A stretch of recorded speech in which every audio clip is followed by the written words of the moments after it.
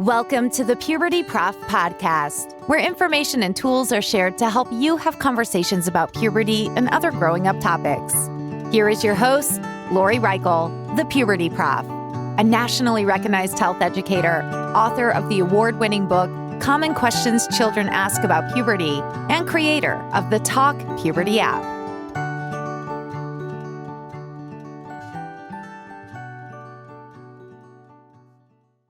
Hi, and welcome to the Puberty Prof Podcast. I'm your host, Dr. Lori Reichel, the Puberty Prof. As mentioned in the first episode of the fall series, that was episode number 66.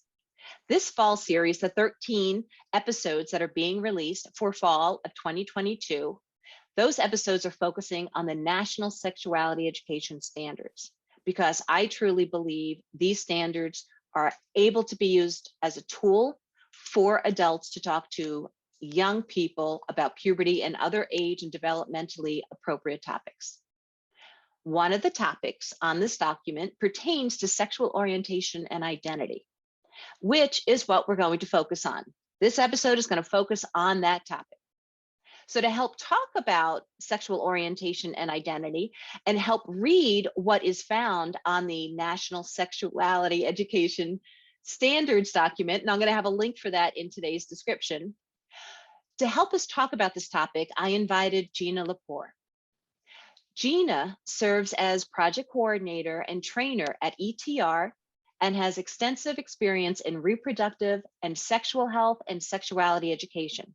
Gina is also an adjunct instructor at Cabrio Community College. I'm hoping that I said that correctly. She can correct me if I didn't, which I'm really excited when I have people on the podcast that work with other college folks, because I think it's really neat. It's such a great experience to work with that age group.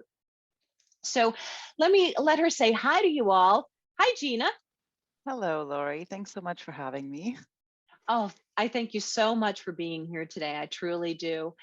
And would you mind telling us a little bit more about who you are and your background? Sure, no problem. I'd be happy to. You got a lot of the professional highlights there. I teach at Cabrillo College in Santa Cruz, California. It's possible at some point, just for a posterity sake, that name will change. The school is actually looking into changing the name because Cabrillo was a conquistador and there were lots of issues with his treatment of native peoples. And so the college is considering changing the name to something that's a little bit more reflective of the history of California. But I have been teaching there for the past few years in the health science department. I teach a Human Sexuality course.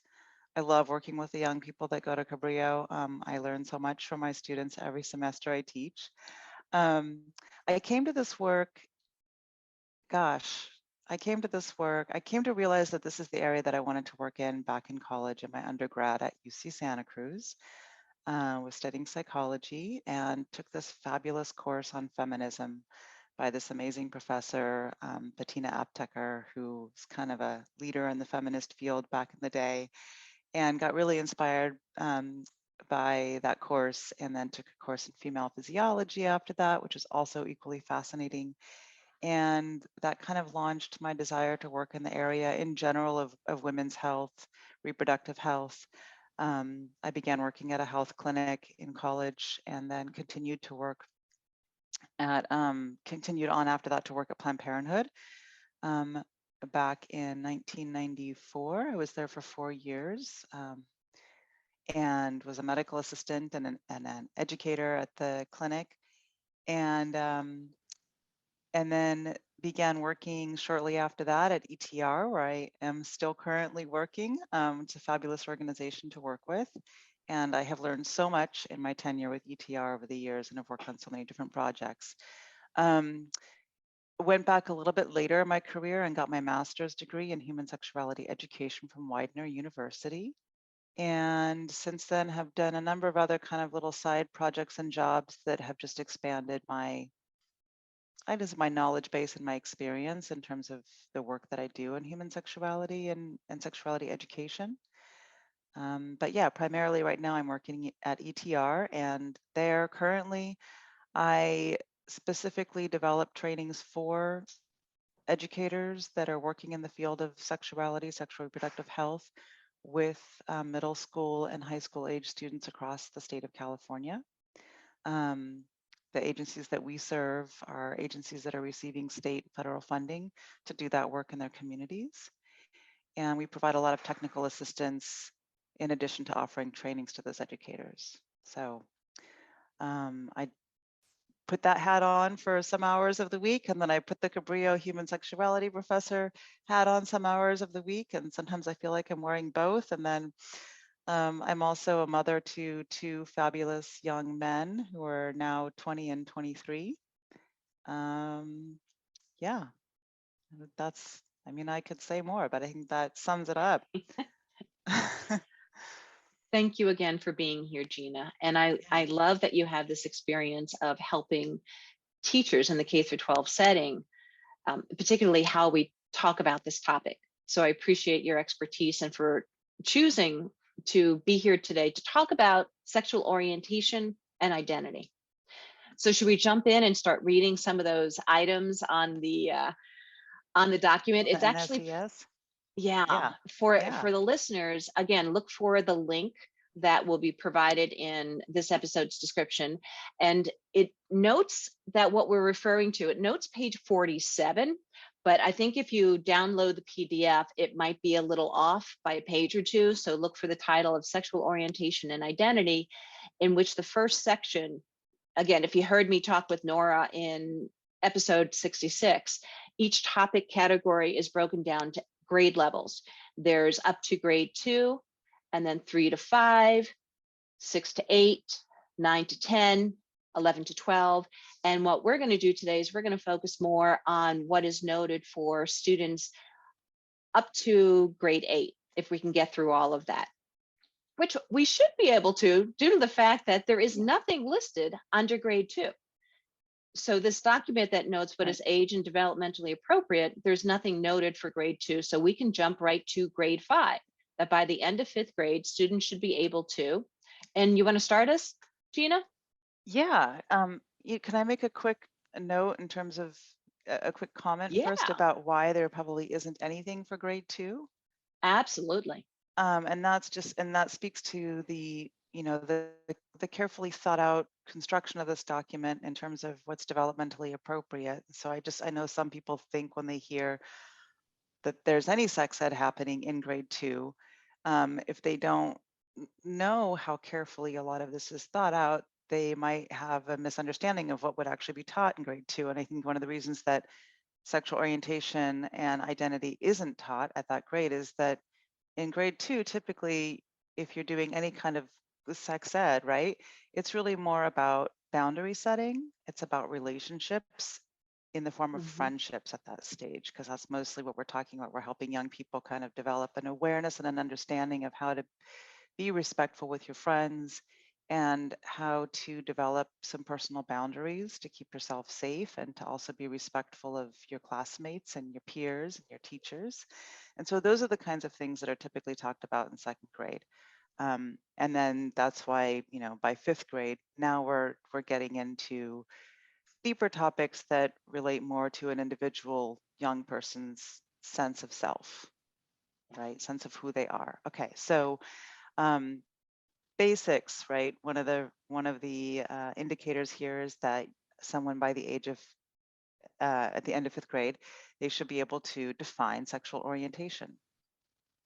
And that might look as simple in a classroom like setting, or a lesson is just maybe a lesson on what it means to be attracted to somebody and who we can be attracted to. And then if we're going to talk about our attraction based on the genders of the people that we're attracted to, that's what sexual orientation is. So it's probably something very simple in a classroom setting that addresses that standard.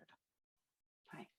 Yeah. The glossary that aligns with the National Sexuality Education Standards has sexual orientation defined in this manner.